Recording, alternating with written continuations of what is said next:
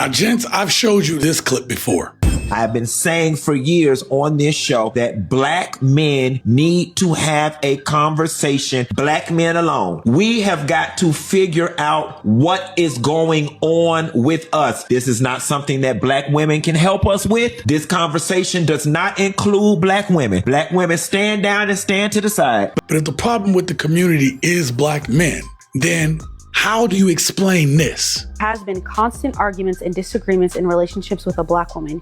You can't lead them because their success, quote unquote, ego will not let them be submissive. If I am more hard or not being submissive in a relationship, it's because I don't feel like I can trust you to lead. Like, this is not a safe space for me to be soft and gentle. And I think that's sometimes what men don't want to hear or they don't understand. If somebody's giving you a hard time and they're not submissive, it's probably because they don't feel safe with you. Can I call BS on that? I think I'm allowed. The inconsistency in statements like that. We'll say things like, we don't feel safe enough to trust him, but you feel safe enough to let him turn you every which way but loose. Feel safe enough to give this man and a few other men babies, risking your life and everything. You feel safe enough to give this man the keys to your home. Hi, I'm Stephanie. I am 39. And why did you end up popping your balloon? It's giving a little studious. Maybe you read books on vacation as opposed to maybe, his outfit. It's definitely giving very book reader when I want to maybe turn up a little bit. You are so dumb. You are really dumb. A lot of black men like to disrespect loudly with black women. That's a known fact. You don't think that sometimes black women might have the reputation for being a bit, I hate to say it, maybe a little bit more vocally crass than other ethnic groups? Black, we don't take bullshit. I am successful. I'm rich. I can fight. If you can't be with my peace, you can be with the door. Yeah. I don't understand why you wouldn't want a woman like me. We don't. And white women will take bullshit. I tell them this all the time. White women take bullshit and they'll take a black man disrespecting them or doing things that aren't good in a relationship. But do you think that black women aren't going to take that bullshit? Like, he can't. What's bullshit? I stopped talking to him because he didn't tell me Happy Valentine's Day. That's disrespect. Don't laugh! Honestly, and I'm probably going to get eaten alive for saying this, I feel like a lot of women have forgotten their place. And we live in this inverted world. And I feel we got stuck in this whole feminism thing. Feminism is a scam. And now it's like trying to undo. It is. Feminism, I don't care what anybody says. Yes, we are equal in value, but we are not equal in traits. We are different. Men and women are different. I agree with that. And I'm so sick and tired of why are we fighting to be something that we're not?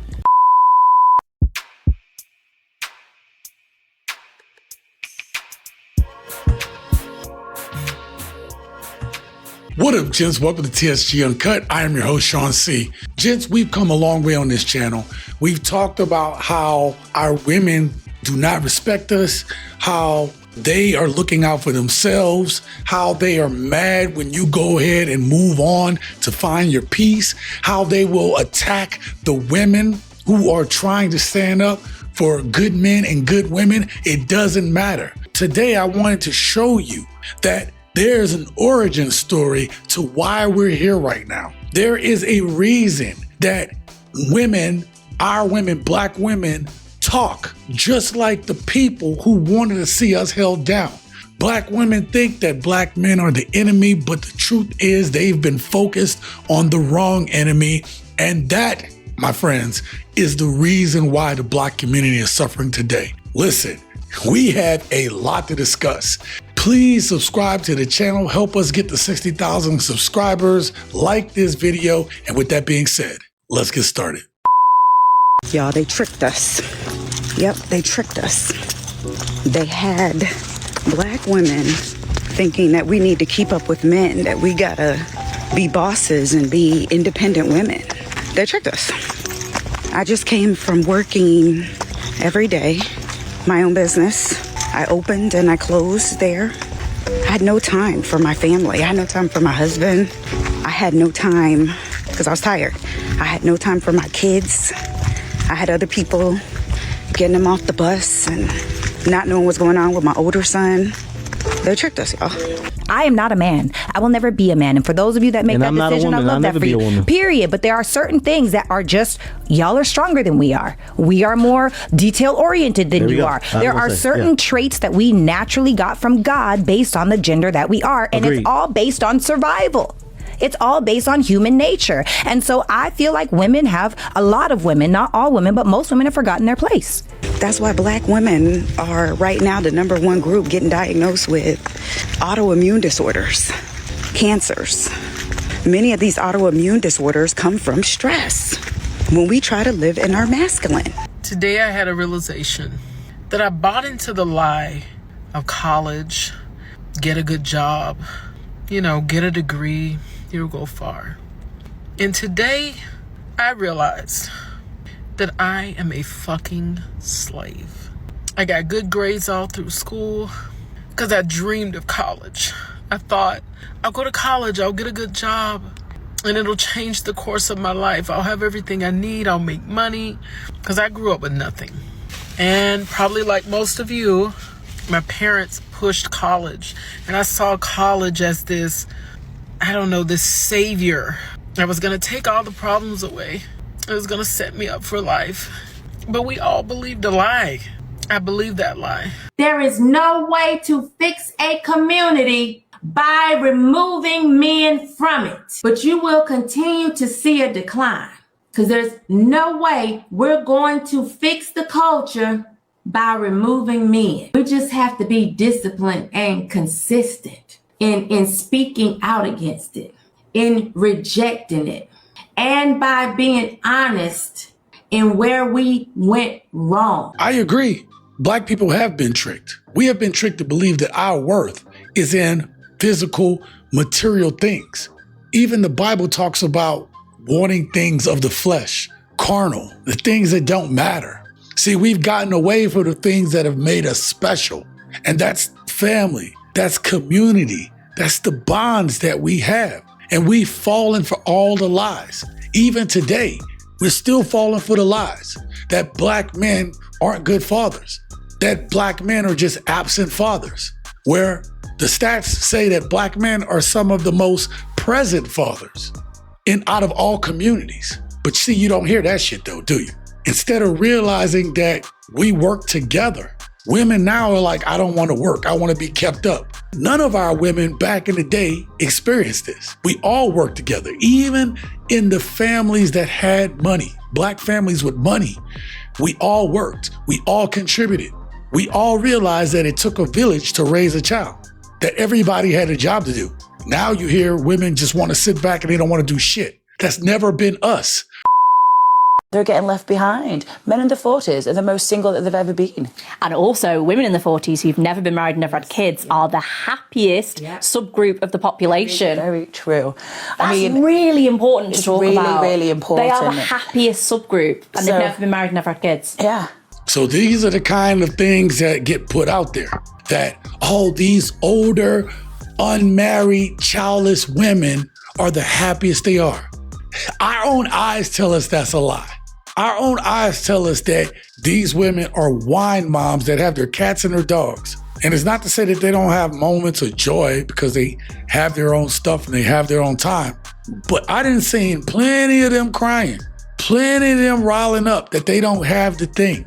Hell, I know people right now who are looking to fill that hole in their life with the wrong people. It's even getting to the point where our own women are thinking that the grass is greener on the other side. Every day I toy with the thought of packing my shit up and leave.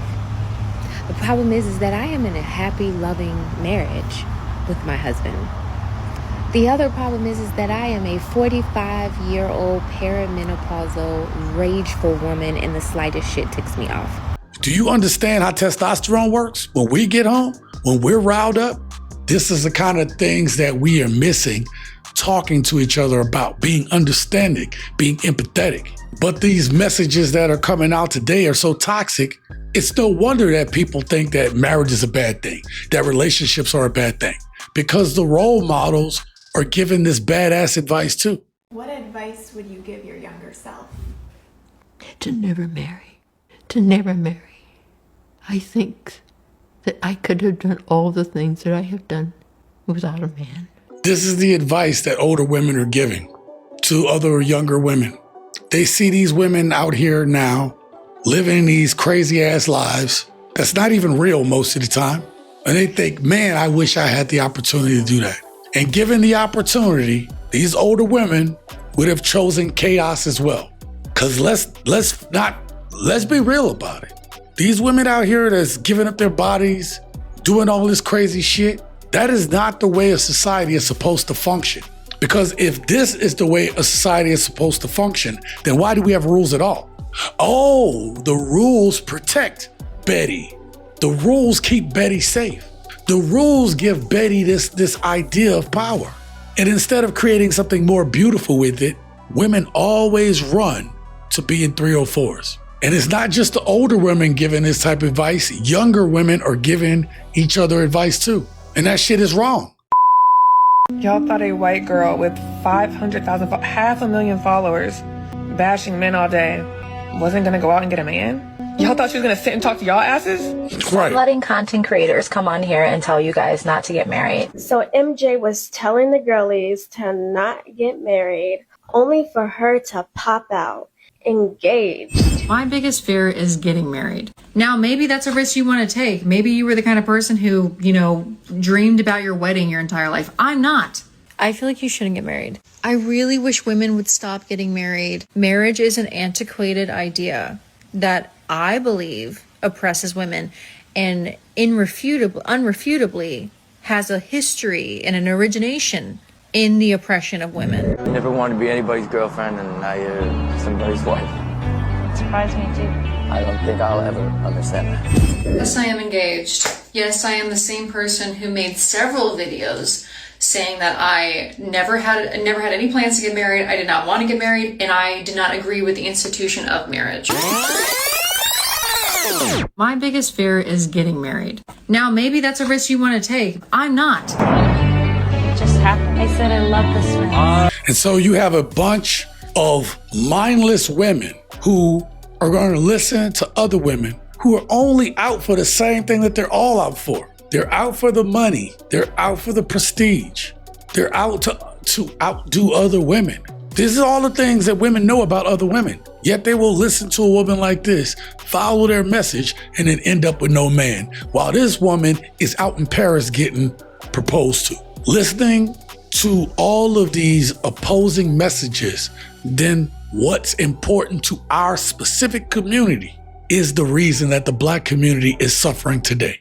You ain't gonna believe this. So this woman said black people need to be exterminated, then created an organization to help do it. And now her name is on clinics all over the country. So the lady name is Margaret, and Margaret has an issue. You know them annoying weeds that grow uncontrollably? She believed blacks were the human version of those weeds and needed to be exterminated. And this is literally her direct quote. So she created something called the Negro Project, which you probably heard of, but what you probably didn't hear is that it was built on a plan to stop black people from reproducing. And the crazy part about it is she found a way to use feminism to make genocide look like empowerment. Now, it's a lady named Hillary, and Hillary is married to a man named William. And William isn't just the average man, he becomes the 42nd president of the United States. And Hillary is a big fan of Margaret and her work. Yes, she's literally a fan of a woman who wanted to exterminate black people. So fast forward to 2016, Hillary ends up running for president herself. And the crazy part about it is, the lady that's a fan of the black exterminator ends up getting majority of the black vote, literally 91%. According to Hillary, she admires Margaret's vision enormously. And Margaret is called the birth control pioneer. But the truth, she wasn't just trying to give women choices, she was trying to control who was allowed to exist. Now, I think this is interesting because without getting too deep into politics, I didn't think that she was going to be a good candidate. Not because of the reasons that the right said. It's just because the vision of America that I envisioned, involved a different person. A certain older Jewish man who had been consistent in his ideology since the 70s. I like consistency, and most of you all do too. That's not the point.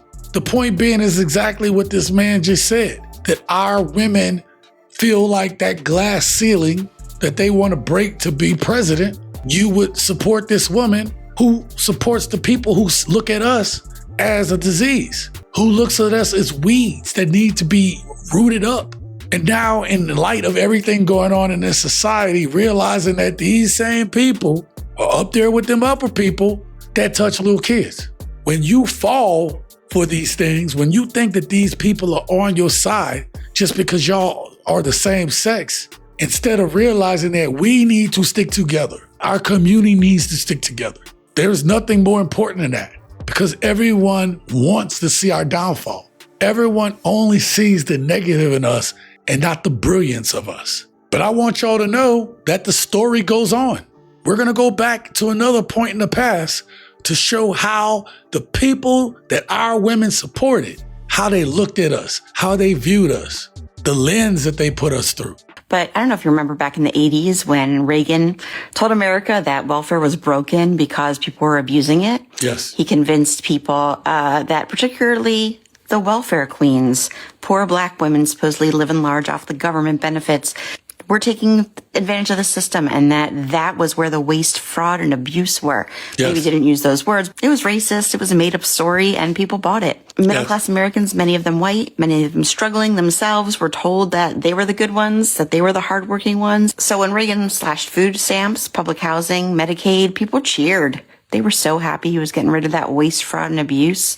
They thought that the cuts were fixing things. But what really happened when they were distracted, blaming everybody else, Reagan dropped the top tax rate from 70% to 28%, gave huge breaks to corporations, and started dismantling unions. And that right there, this right here is part of that history.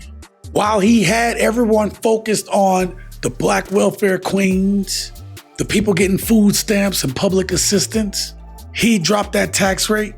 And the damage that it has done in the 40 plus years since he did that is innumerable.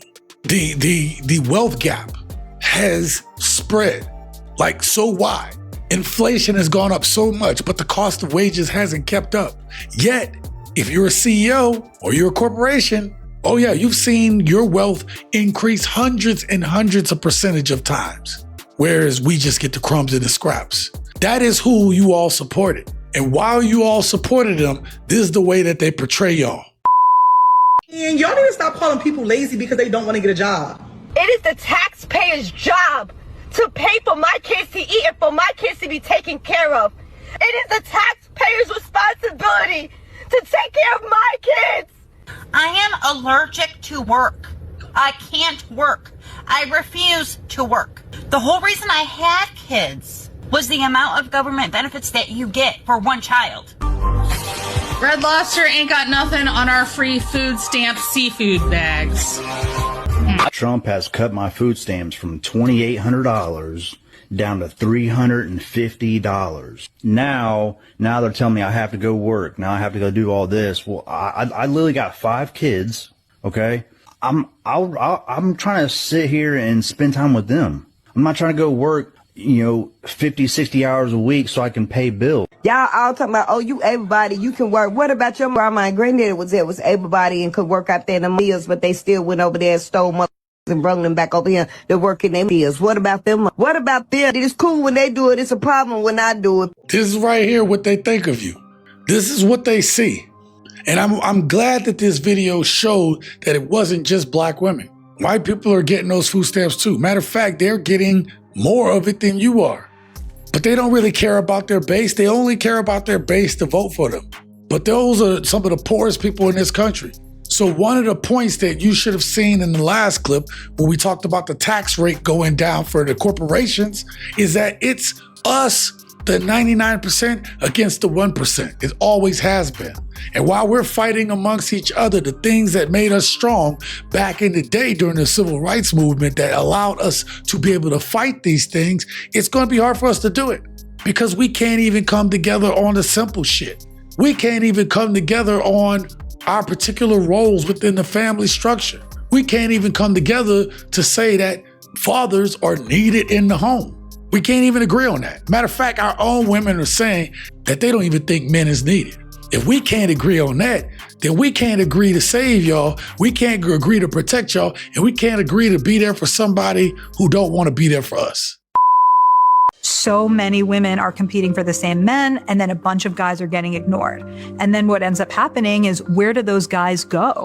And they go online. That's what you see. They go to porn. They go to porn, or they go to Reddit. I mean, I love Reddit, but they're really going to some of these red-pilled communities. And so what you're seeing now is just men really opting out of society. So when you go back to that stat, 1 in 7 young men in the UK is NEET, not an employment, education, or training. They have just opted out. And as Scott says, there's nothing scarier than a single man, a young single man. And so we are just creating a lot of these angry young single men who are saying, well, this is rigged against me. And so that's why I am worried about the rise of people like Andrew Tate. And if we wonder, where are the dads, where are the men? Well, men are finding these father figures, but they're finding them online, and they're not the father figures that I would choose for the majority of men. These men are not the father figures that I would choose for the majority of men. No, ma'am, because the father figures that you all would choose aren't good men in the first place. They're men who don't want to be there for those kids in the first place. We're having this same debate about good men and the bad boys, and he got to be this tall and this. That's y'all.